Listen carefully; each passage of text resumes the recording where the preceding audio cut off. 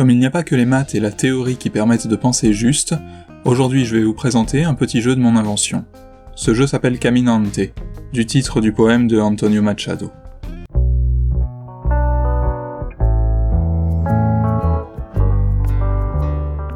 C'est un jeu de stratégie, mais c'est pas vraiment un jeu de société à jouer assis autour d'une table. Je conseille plutôt d'y jouer debout, ou même au sol comme on joue aux billes ou au Mikado. Il est prévu à la base pour 2 joueurs, même si on peut l'adapter pour jouer à plus nombreux. Les 2 joueurs sont côte à côte, et non pas face à face, et ils vont se livrer à une course. Chaque joueur aura une piste de course, les 2 pistes sont parallèles mais indépendantes, et l'objectif est d'aller le plus loin possible sur sa piste. Dans ce jeu, chaque décision prise a en quelque sorte un prix à payer. Chaque avantage a un inconvénient en contrepartie, et il incombe aux joueurs de minimiser ces inconvénients et de tirer un parti maximum des avantages de ses actions.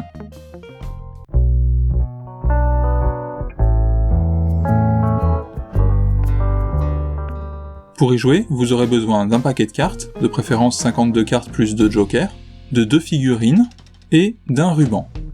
On va commencer par faire quelque chose que normalement on ne fait jamais avec un jeu de cartes, trier les cartes. On va faire 2 paquets. Dans le premier, on va mettre toutes les cartes de cœur et toutes les cartes de pique. Et dans l'autre, on va mettre toutes les cartes de carreau et toutes les cartes de trèfle.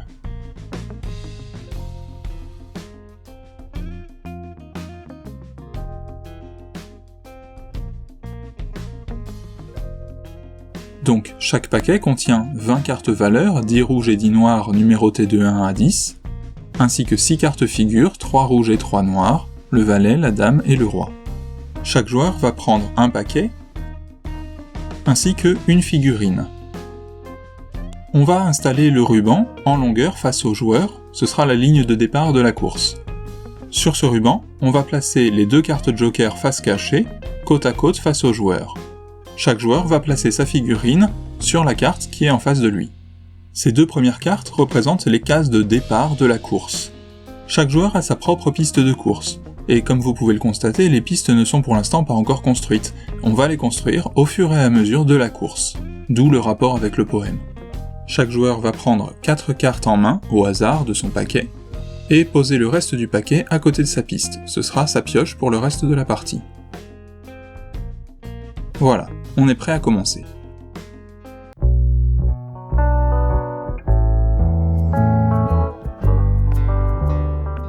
Comme je l'ai dit, c'est un jeu de course. Le but sera d'aller plus loin que l'adversaire. Mais cette course a plusieurs particularités. La première, c'est que les pistes vont se construire au fur et à mesure de la course. Au départ, on n'a qu'une seule case et on va en rajouter plusieurs petit à petit. La deuxième particularité, c'est que on peut faire avancer son personnage, mais on peut également faire reculer le personnage de l'adversaire. Voilà comment ça se déroule. À mon tour de jeu, je vais choisir une carte dans ma main et la jouer. Donc je vais appliquer son effet. On va voir les effets tout à l'heure. Puis, je vais repiocher des cartes de ma pioche jusqu'à en avoir à nouveau 4 dans les mains. Ensuite, ce sera à mon adversaire de jouer.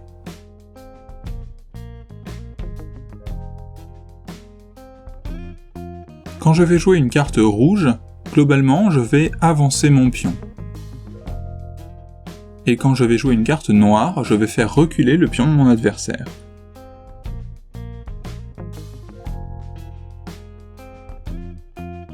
Alors là, je pense que vous avez déjà une question. Si je joue une carte noire dès le début, alors que mon adversaire est sur la ligne de départ, est-ce qu'il peut reculer en arrière de la ligne de départ ? Eh bien oui. Le principe de ce jeu, c'est justement que on peut faire reculer le pion adverse derrière la ligne de départ. On pourrait même imaginer qu'à la fin, on est tous les deux derrière la ligne de départ, et c'est celui qui est le plus en avant qui gagnera la partie.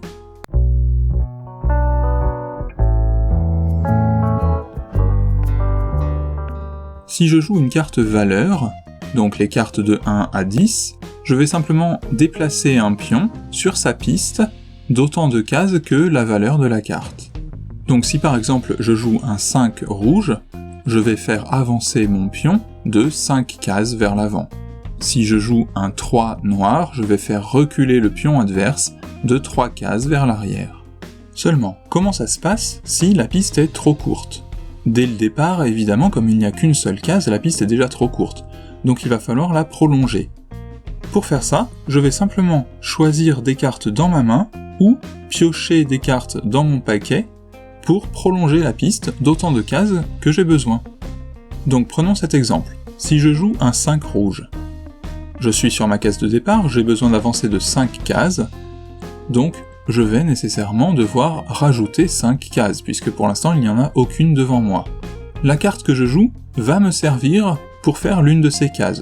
Alors je la garde sur le côté, pour me souvenir de ce que j'ai joué, j'ai besoin d'encore 4 cases, je vais choisir de me défausser de cette carte qui est dans ma main et qui ne m'intéresse pas beaucoup, un as noir, j'ai pas tellement envie de faire reculer mon adversaire d'une case, donc je vais m'en débarrasser. Ça me fait une place de plus dans ma main et je pourrais piocher une carte de plus à la fin du tour donc. Je pose cette carte, face cachée, mon adversaire ne la connaît pas, et je vais piocher d'autres cartes dans mon paquet, 1, 2 et 3. Vous remarquez que je les pioche et je les pose sans les regarder, donc moi-même je ne sais pas quelle carte j'ai prise pour mettre sur la piste. Et enfin, ma 5e et dernière case, ce sera le 5 rouge que j'ai joué. Ma figurine peut donc avancer de 5 cases, 1, 2, 3, 4 et 5. Je n'ai plus que 2 cartes en main, je vais donc repiocher 2 nouvelles cartes pour en avoir à nouveau 4. Et c'est à mon adversaire de jouer. Prenons un autre exemple. Je joue ce 3 noir, je veux donc faire reculer mon adversaire de 3 cases. Je peux le faire reculer d'une case, mais il arrive déjà au bout de sa piste. Je vais donc devoir prolonger sa piste avec des cartes de ma main ou de mon paquet. Une carte et le 3 noir que j'ai joué, ça fait que mon adversaire a bien reculé son pion de 3 cases.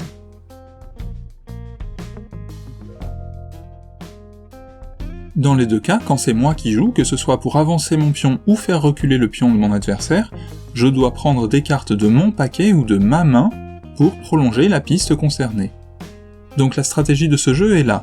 Si j'utilise une carte valeur forte, je peux avancer ou reculer les pions d'un grand nombre de cases, ce qui me donne un avantage sur la piste de course, mais en contrepartie, je dois me défausser d'un grand nombre de cartes de mon paquet pour construire la piste. J'ai alors moins de cartes dans ma pioche et moins de choix pour la suite du jeu.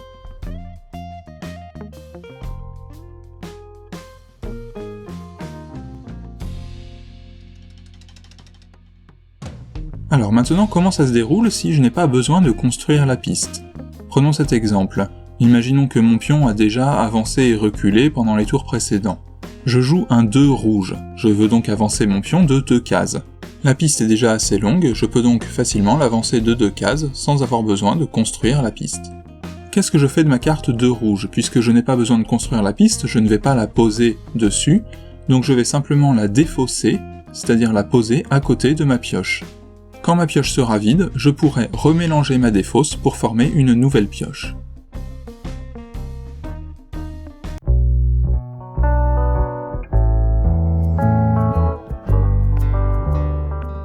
À présent, voyons ce qui se passe quand on joue des cartes figures.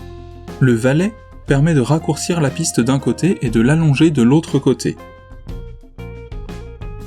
Quand je joue un valet rouge, je prends la dernière carte de ma piste, derrière ma ligne de départ, et je la place à l'avant de ma piste.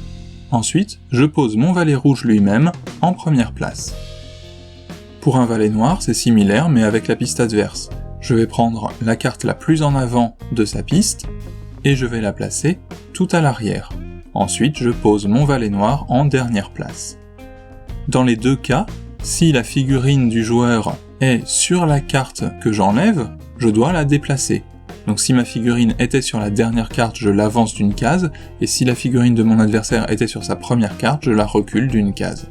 Alors attention, la carte de départ ne peut jamais être enlevée.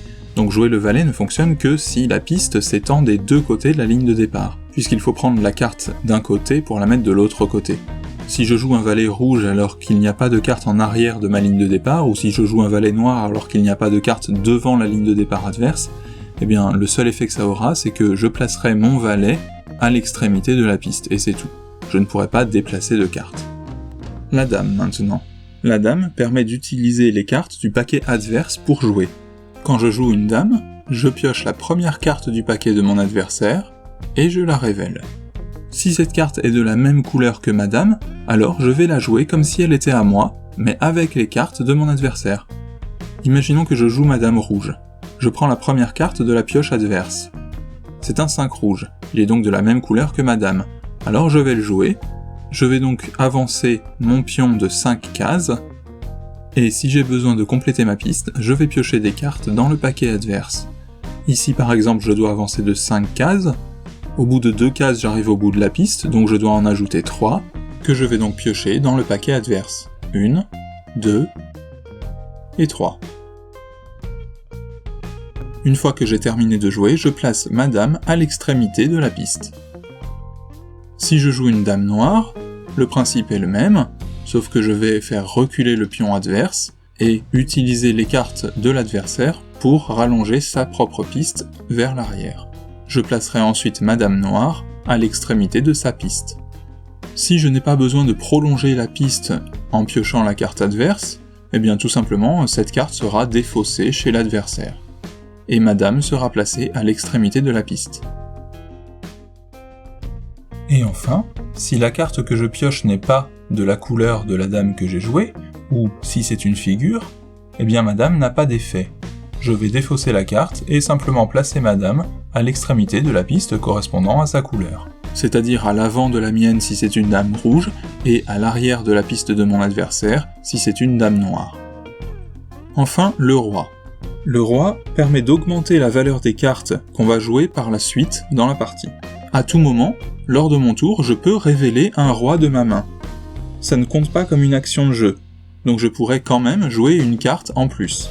Quand je révèle mon roi, je le retourne, je le place donc face visible pour mon adversaire dans ma main. Moi, j'en vois le dos. À partir de ce moment, le roi est actif, et il va donc appliquer son pouvoir pour tout le reste de la partie. Et toutes les cartes valeurs que je jouerai de la même couleur que ce roi auront un effet augmenté de 1 par rapport à leur valeur initiale. Donc prenons un exemple, j'ai un roi rouge dans la main, au début de mon tour, je vais révéler mon roi rouge, donc je le retourne de cette façon, et à partir de maintenant, toutes les cartes valeurs rouges que je vais jouer me permettront d'avancer d'une case supplémentaire. Et je vais tout de suite jouer un 4 rouge, qui me permet donc d'avancer de 5 cases. Par contre, le roi n'a pas d'effet ni sur les cartes noires, ni sur le valet ou la dame. Le roi actif est placé retourné dans ma main. Il a donc un effet permanent sur la partie, mais il prend également une place dans ma main. Il compte donc dans la limite des 4 cartes que je peux avoir en main. Ça signifie que je ne pourrai plus avoir le choix qu'entre 3 cartes par la suite.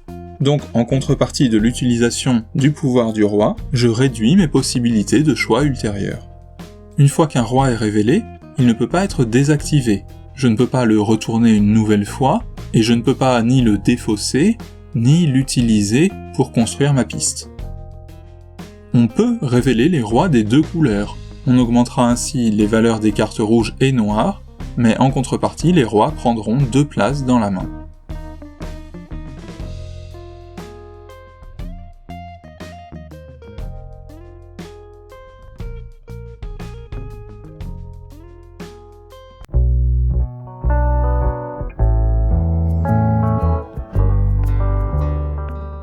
Comme je l'ai déjà dit un peu plus tôt, quand un joueur arrive au bout de sa pioche, il va simplement remélanger les cartes de sa défausse pour former une nouvelle pioche, et il peut ainsi continuer à jouer. Alors pour éviter de jouer indéfiniment, on ne fait ça qu'une seule fois dans la partie. La première fois que la pioche est vide, on mélange la défausse, on fait une deuxième pioche, mais lorsque cette deuxième pioche est vide, on ne remélange pas la nouvelle défausse. Vous l'avez peut-être remarqué lors des explications, les cartes figures, au contraire des cartes valeurs, ne vont jamais dans la défausse. Une fois qu'on les a utilisées, soit on les place sur une piste, pour le valet et la dame, soit on les laisse dans la main pour le roi. Mais comme elles ne vont pas dans la défausse, elles ne peuvent donc pas être remélangées pour former une nouvelle pioche, et on ne peut par conséquent les utiliser qu'une seule fois dans la partie.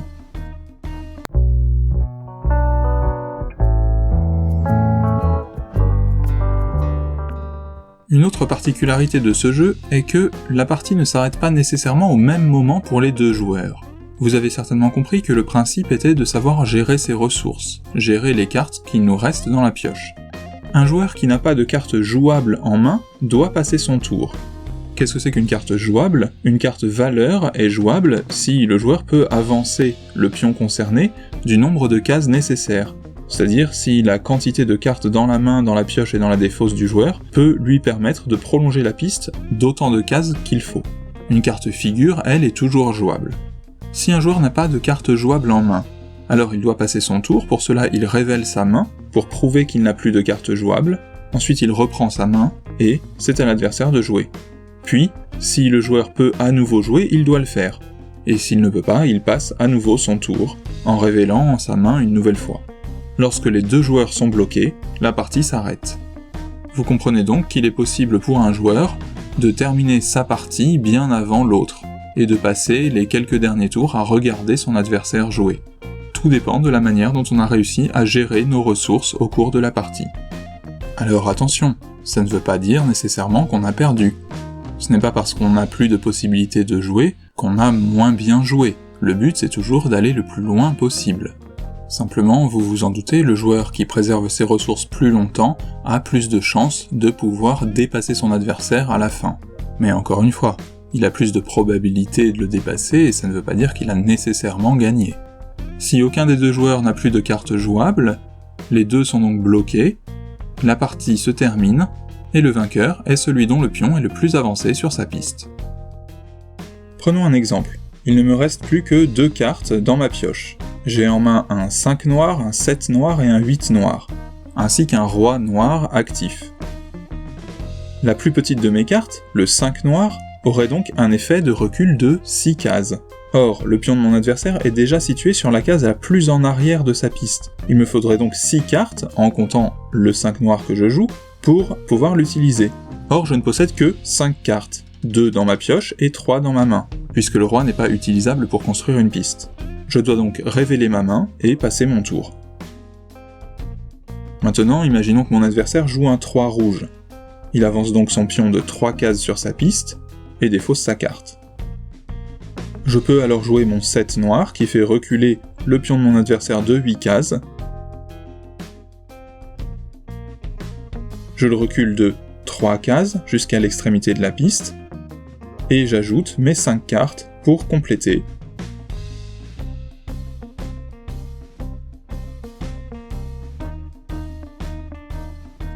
Je n'ai donc plus de cartes jouables en main, ni dans ma pioche, et je dois arrêter la partie.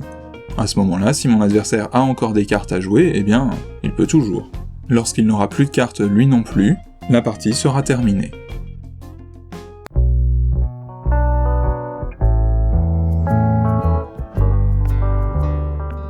Si vous souhaitez jouer à plus que 2, je peux vous expliquer une petite variante, c'est très simple. Il suffit de rajouter une figurine par joueur, et de prendre un demi-paquet de cartes par joueur. 10 cartes rouges de 1 à 10, 10 cartes noires de 1 à 10, et le valet, la dame et le roi rouge et noir. Comme tous les joueurs sont côte à côte, on va dire que c'est le joueur le plus à gauche qui commence, puis il passera le relais à son voisin de droite, etc. jusqu'au bout. Lorsque le joueur le plus à droite aura terminé, ce sera à nouveau au joueur de gauche de jouer.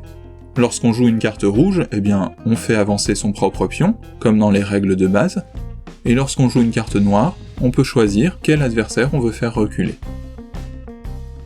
Si vous avez des questions sur les règles, n'hésitez pas à les poser en commentaire, et vous pouvez aussi me faire part de vos expériences de jeu, me raconter comment vous avez gagné, quelle stratégie vous avez réussi à développer, ou me donner votre avis sur le jeu, ça me ferait plaisir. Maintenant, c'est à vous de jouer. Appropriez-vous ce jeu, développez vos propres stratégies, et surtout, amusez-vous bien.